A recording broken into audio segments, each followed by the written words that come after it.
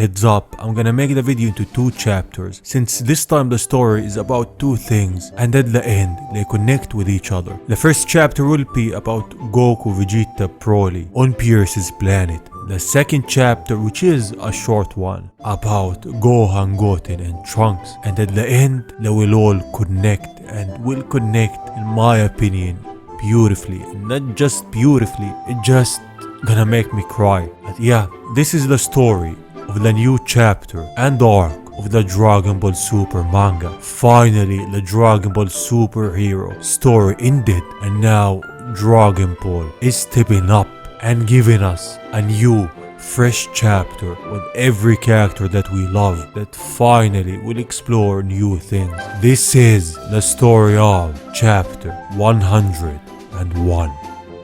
Chapter 1, Beerus' planet. In Beerus' planet, a fight is ongoing between Broly and Vegeta. Broly is going at Vegeta, but he's not enough. He's going at him time and time again, but with no use. Vegeta is toying with him. With the last one, Vegeta goes behind him and kicks him down towards the ground. As Broly tries to stand up, Vegeta grabs him from the back and says, "Are you ready to snap, Broly?" He's doing this on purpose. He wants Broly to go all out, to snap and release every bit of his power. And I mean, if I was Vegeta, I would want the same thing, since I wanna fight someone strong. And Broly is at his strongest when he rages. But Broly tries again to attack him and launches himself towards him.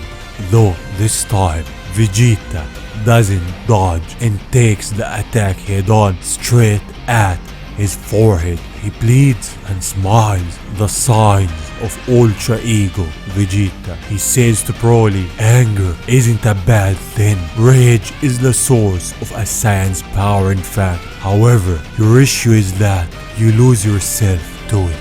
He's training Broly at this point. This just shows how much Vegeta cares for the Saiyans overall. And well, he's the prince of all of the Saiyans. He should care, and this is one thing of many that I like about him. Give him a Saiyan in front of him and he will give him his all and train him. We've seen that with Kappa. Now with Broly, he cares. He truly does. At that time, Goku is watching them train with Whis. He thinks Broly will snap, but Whis thinks otherwise. As we see more and more of the fight, Broly actually improves and gets the upper hand on Vegeta, cornering him at some point in the fight. The two Saiyans, and this scene of them clashing is just beautiful and worthy of Saiyans.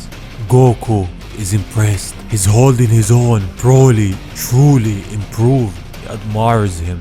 Though Vegeta thinks otherwise. He says it is an achievement to fight without losing himself, but he's unable to unleash his true might. And well, this is their way of nerfing Broly. If Broly stayed raging, his power would surpass the Saiyans time and time again. So this is their way of nerfing him a bit, and I'm bored with it. He needs to control his power. Not every time he wants to fight, he just rages and loses himself. This is the central point of the issue, him losing himself. Broly doesn't know what to do. He asks Vegeta, and Vegeta says, "Well, figure that by yourself." Limo and Chilai are on the planet too. Chilai asks, "What if Frieza shows up again with his new form? What will you do?" Goku, rather than being afraid and nervous about that time, he's just impressed. He's impressed that Frieza actually went out, trained, and surpassed them. He admires him even though Frieza's evil. He truly admires him. Beerus makes a noise which gets Goku's interest. He says, "What's up, Beerus?" And Beerus tells him that there's always a stronger someone or something than you, Goku. So keep on training. He's motivating him. He jokingly then tells him once he's stronger than him, he will nominate him to be the next god of destruction. But Goku, well, is not interested, not in the least.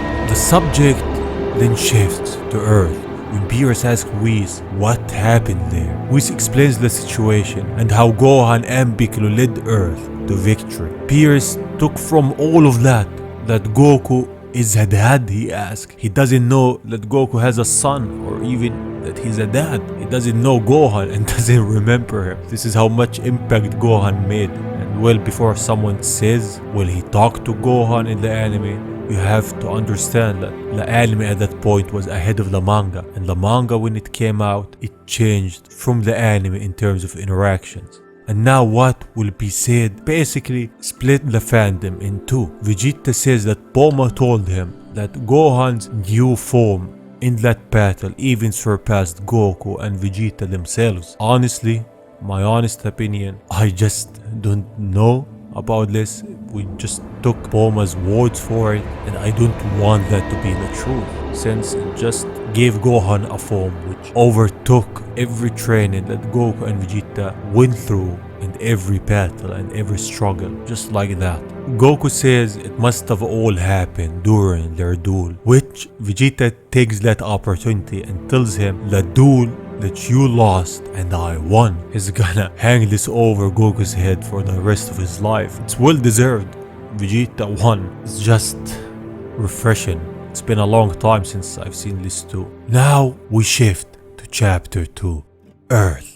In my opinion, it's not as interesting as the first part, so I will try to summarize it as fast as I can and as best as I can. But bear with me, the climax of this chapter is worth it. The remnants of the Red Ribbon Army spot Goten and Trunks fighting the streets as the Saiyans. They are impressed and talk them into helping them take some guy out. They agree and go to help them. Goten and Trunks don't know who these guys are, and these guys don't know the Saiyans' true identities. They don't know that they are Goten and Trunks. They get out of the city to what looks like Gohan's home, and it is his house. They get out and starts annoying him to get out of the house. Goten and Trunks knew they messed up as Gohan jumps out from the window. He deflects the bullets and sees they are the Red Ribbon Army, which makes him rage. He thinks they're coming after Pan again. Not on my watch. Never. Gohan still has some kind of PTSD. He transforms to his beast form in all of its glory. Goten and Trunks panic. They know that they messed up. While on Beerus's planet, Goku and Vegeta notice Gohan's key. Gohan walks up towards the car and finally catches his glimpse of the two Saiyans in it. He demands an explanation from them. What are they doing with the Red Ribbon Army? But here, where it actually, in my opinion, makes the chapter and warms my big heart. Above them, someone familiar arrives. It's Goku. He's now with Gohan, Trunks and Goten. It's the first time since ever. He even says, "Hey there boys, it's been too long." And it's been Goku. It's been too long. We've missed you. Man, this guy is going to make me cry. It's just heartwarming. I mean, it's been more than a year and something since we got a new arc in Dragon Ball, and I'm just happy that finally Goku is back.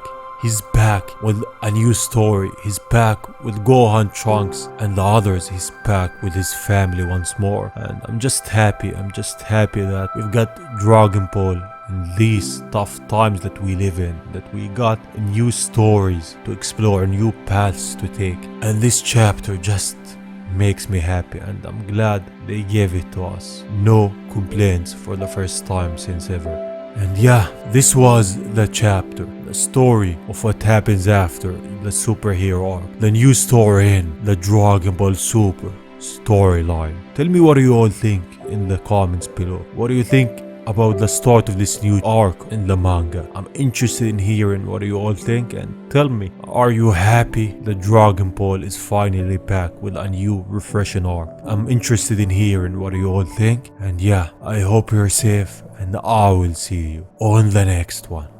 Bye bye.